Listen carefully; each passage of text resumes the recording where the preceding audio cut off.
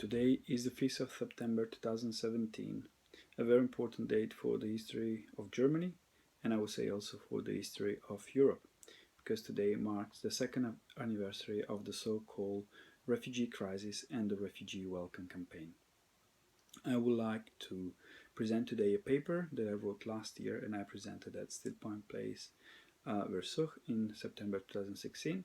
This same paper was also published by an Italian website called Archivio della Generalità Sociale, run by Professor Magatti and Professor Giaccardi. The paper I would like to present is titled Invisible Wounds, the reason why it is mandatory to provide refugees with psychological support.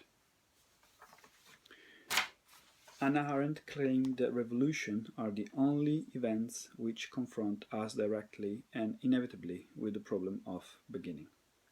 I would also say with new beginnings, and death should be also considered as a new beginning, unfortunately. The Syrian revolution erupted in early 2011 when the rebels opposed Assad government. In June 2011, the formation of the Free Syrian Army in Syria triggered a civil war that devastated the country and created a mass flight which forced the European Union and its member states to call in an emergency state. The massive flight from Syria and the images thereof that were captured especially in Hungary in summer 2015, August 2015, of thousands of people marching to freedom forced the European Union to adopt an active position and become an active player and to desist from being passive active. Syrians fled their country to reach freedom and to liberate themselves from the oppression of a brutal regime. In my opinion, this flight is comparable in history and mythologically to the flight of the people of Israel through the Red Sea seeking the Promised Land. As you might remember, September 5, 2015 marks the anniversary of the Refugee Welcome Initiative. Especially, I recall the images we watched from Munich train station when the first trains arrived from Austria.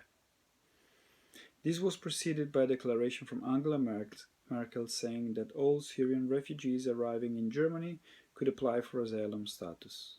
But this, as you might remember, was possibly preceded and followed by two other important events. The first involved Merkel, while the second happened during the New Year's Eve 2015.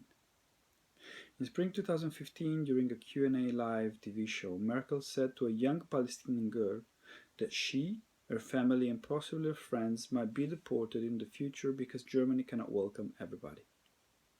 Because there are rules and rules have to be respected.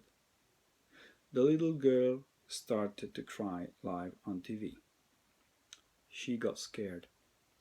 This became a big news locally and internationally. Merkel didn't know how to react in front of this little girl. She showed little empathy, but in my opinion she got traumatized by her own words and act, and this created a scar that would possibly bring her to claim all Syrian refugees are welcome. The other moment I want to underline is the sexual assault that many women experienced in Köln, Cologne, and Munich during New Year's Eve by non-German citizens in 2015. In both occasions, the media created a big fuss against Merkel, against the foreign assaulters, against terrorists, against the refugees, against a possible terrorist attack, against the unknown, against fear, fear of fear, and angst. Zizek pointed out something very interesting. I quote, "The atmosphere of fear of the struggle against the Islamization of Europe has its own obvious absurdities. Refugees who flee terror are equated with the terrorists they are escaping from. The obvious fact that there are terrorists, rapists, criminals among the refugees, while the large majority are desperate people looking for a better life. In the same way that among the refugees from the German Democratic Republic, there were also hidden Stasi agents, is given a paranoid twist." End quote. In this paper, I aim to exploring the concept related to invisible wounds and to contextualizing it with the current ongoing refugee crisis in Germany and in Europe, because 2 years after, there is still an ongoing refugees crisis. Disclaimer: I will use the word refugees to refer to any human being seeking for refuge. I prefer this to the word migrant, which for me, although politically correct, is not fully satisfying. According to the United Nations Refugee Agency, refugees are people fleeing conflict or persecution. They are defined and protected in international law and must not be expelled or returned to the situation where their life and freedom are at risk.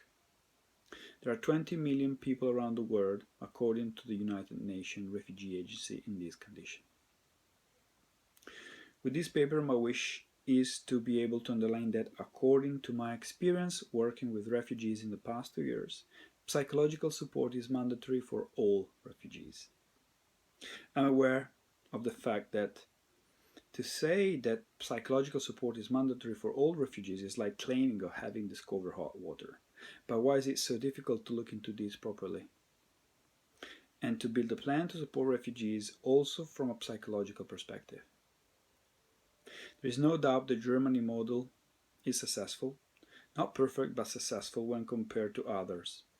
Germany within few days week was able to give a roof to almost all refugees, as well as food, little money, medical checkups and German classes, but limited access to psychological support. Therefore, I claim that psychological support must be mandatory for all refugees because of the following reasons. 1. Refugees wish to reach freedom, therefore to reach a place in which to live their lives in a condition of freedom, not of compulsion. And as quoted previously from Zizek, the large majority are desperate people looking for a better life. Refugees who once reach their destination, what I call the promised land, experience the fact that it is not heaven. In fact, it is far from being heaven, and most of the time it is the opposite. Therefore, they face possibly the most difficult moment in their journey to freedom. 3. Those refugees that manage to set their life in motion once having attained the basic needs related to housing, work and sanitation, as well as education for their children, are more likely to individualize, than to individuate, Carl Gustav Jung. Thereby, they become free to purchase any good they wish, but they are unlikely to become themselves. 4. No adequate psychological counseling is offered to refugees. They are left to their own devices and only acute cases are treated. My personal experience in refugees camp is that they really don't know how to act and are only doing politics. 5. Psychoanalysis, perhaps analytical psychology, is an effective tool to support refugees in their own transition, adaptation to their new home, giving them the opportunity to individuate.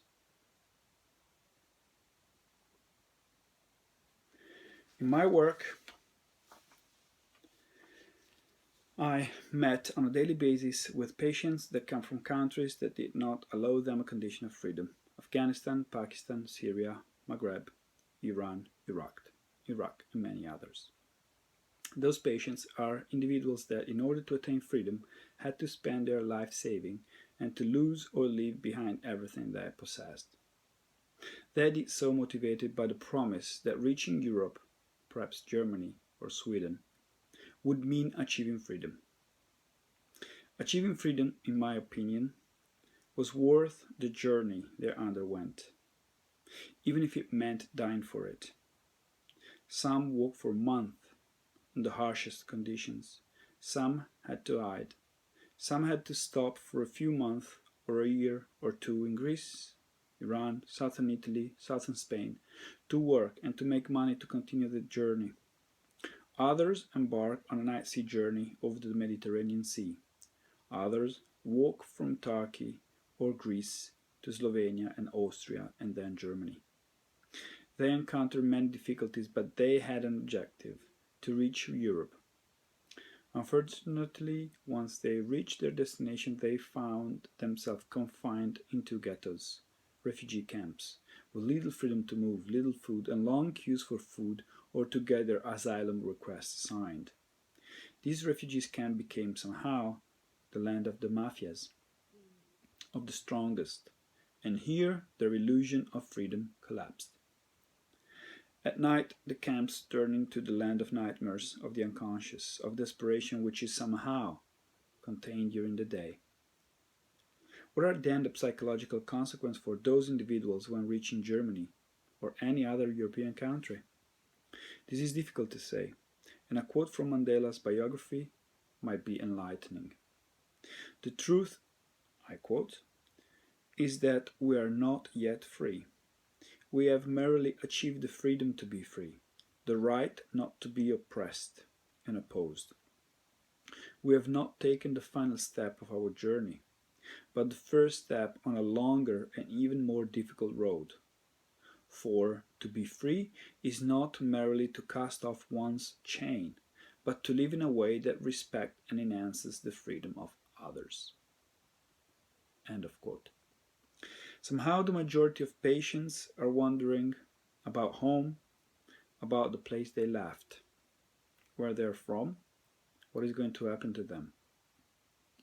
The place they will not be able to go back to because it's completely destroyed, still at war, because they would get killed if they go back. They do not want to lose the beautiful memory of beautiful times there, but also the traumatizing aspect are there. They don't want to lose the memory of their past home, their land, the land where they come from, their motherland. I would like now to recall 3 cases. A female patient who was unable to bear the condition she found herself in at the refugee camp to which she and her husband were sent once reached Berlin. This patient, who recalls herself being a happy woman before she was assigned to this refugee camp in Berlin. This woman attempted to kill herself. She was saved and is now undergoing psychiatric and psychotherapeutic treatment.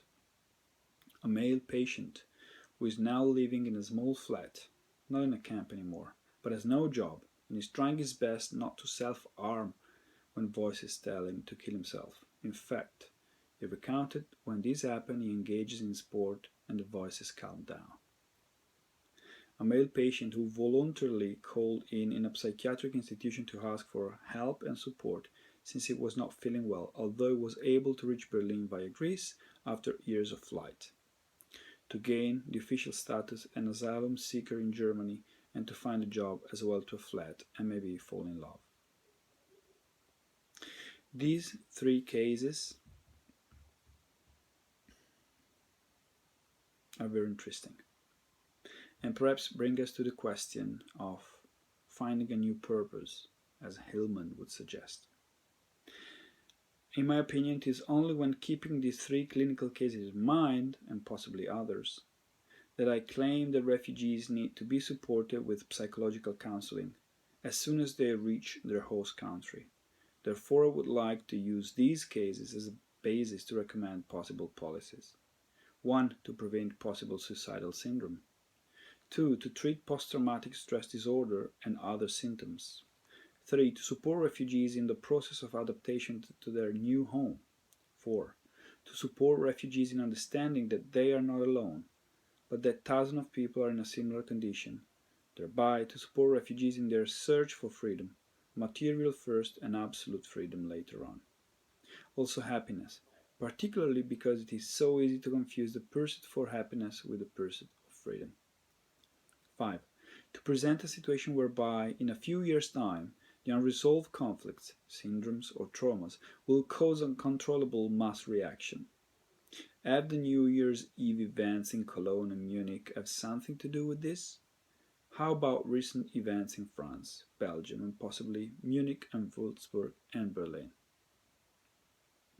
To implement a European policy to integrate refugees, particularly when considering the fact that in 15-20 years, in a generation time, 25 years, we'll be discussing the second generation of refugees born on German or European soil, therefore to present situations similar to those experienced in France. And Harald V, King of Norway, recent speech is enlightening on this. In conclusion, the job of mental health professional is to support refugees at this critical phase of their lives, is to allow them to realize their courage in casting off their chains, but to show them that they are only at the beginning of their road to freedom. It is also necessary to help them to understand that it is necessary to give up the utilitarian attitude of conscious planning in order to make way to the inner growth of personality.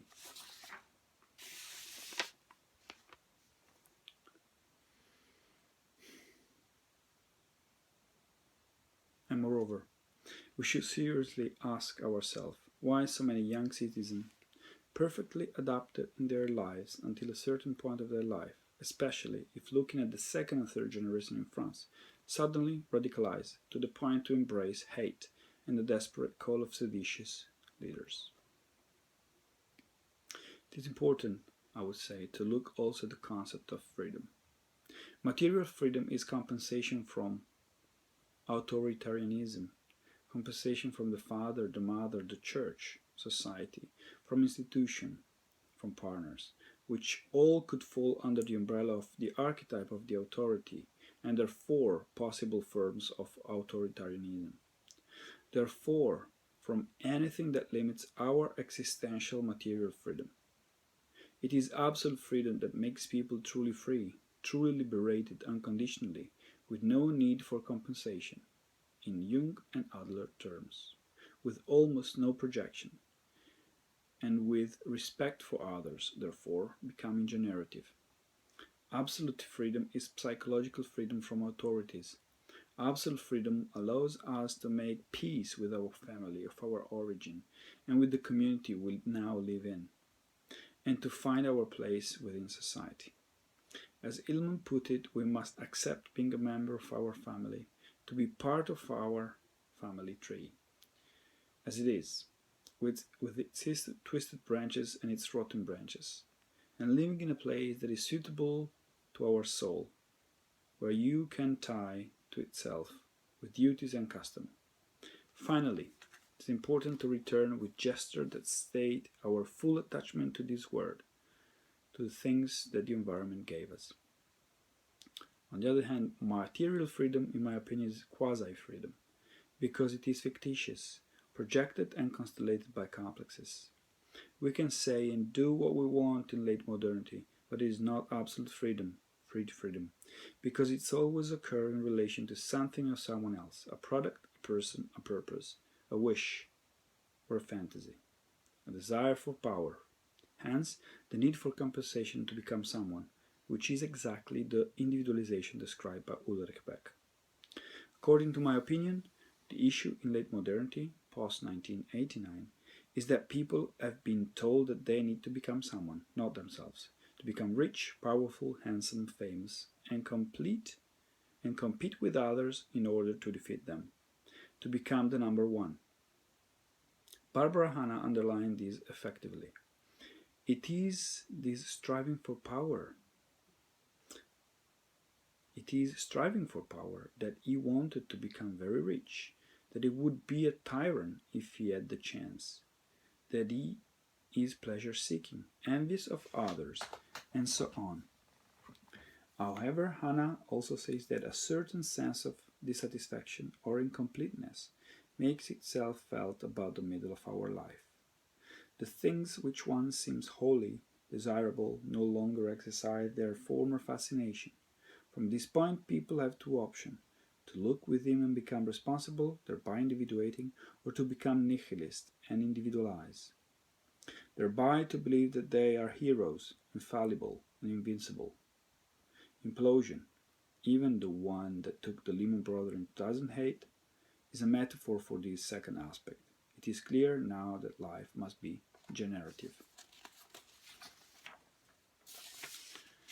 In conclusion, I want to come back to the biblical and mythological concept of the Promised Land. Erich Fromm underlines, quote, "The Promised Land is described as overflowing with milk and honey. Land has always been a symbol of mother. Milk is the symbol of the first aspect of love, care, and assertion. Honey symbolizes the sweetness of life, the love for it, and the happiness of feeling alive." End of quote. Fromm underlined that most mothers are able to give milk, but only a minority are able to give honey. In order to give milk, a mom must not only be a good mother, in Winnicott term, or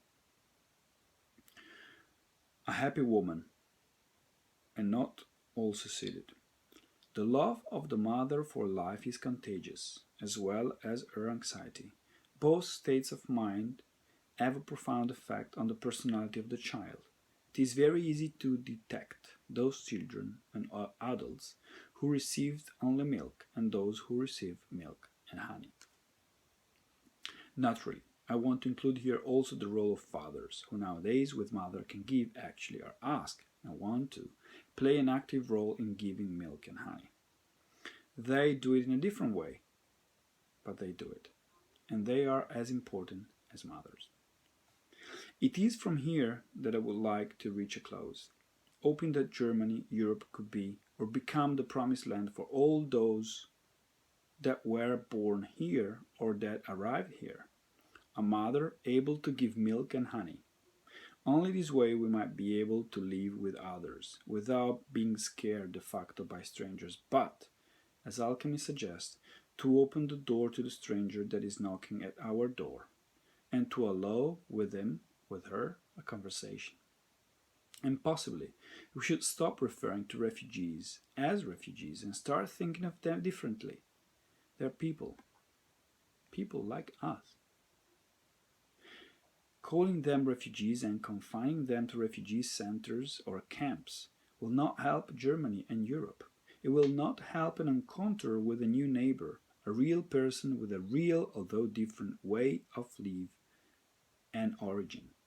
It will not allow a conversation, and Germany and Europe have to be brave, have to have courage and give up their selfish, narcissistic, humanitarian top-down approach, and offer them concrete opportunities to rebuild their lives here. Confining these individuals in refugees camps is not the solution. It might help to control them, but the consequences of a long stay in a camp are unknown, and the consequences of limiting their freedom, enhancing their confinement, are dangerous.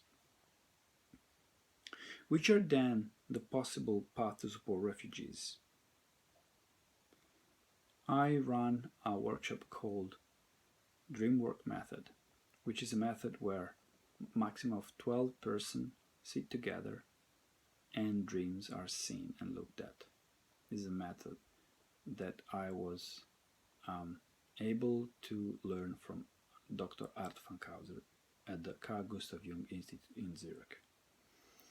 I believe that dreamwork can benefit refugees as follows: to express their feelings and emotions in a friendly and non-therapeutic setting, to be able to share and receive with the group, to uncover the problems they face and to take steps to resolve them, to identify and work through deep-seated emotional issues, to understand that each individual is unique, while at the same time realizing that people experience similar problems, to understand that certain factors lie outside the individual's awareness and consciousness, thoughts, to realize that feelings, experiences, and emotion have a large influence on behavior and thoughts, to face the fact that both the present and the future is shaped by the past. And finally, individuals continue to develop and grow through each stage of their life. This was my paper titled Invisible Wounds, and I truly hope that Europe will become not only a promised land, but a good mother, good father, or at least a good enough parents for Europeans and the new Europeans. Thank you.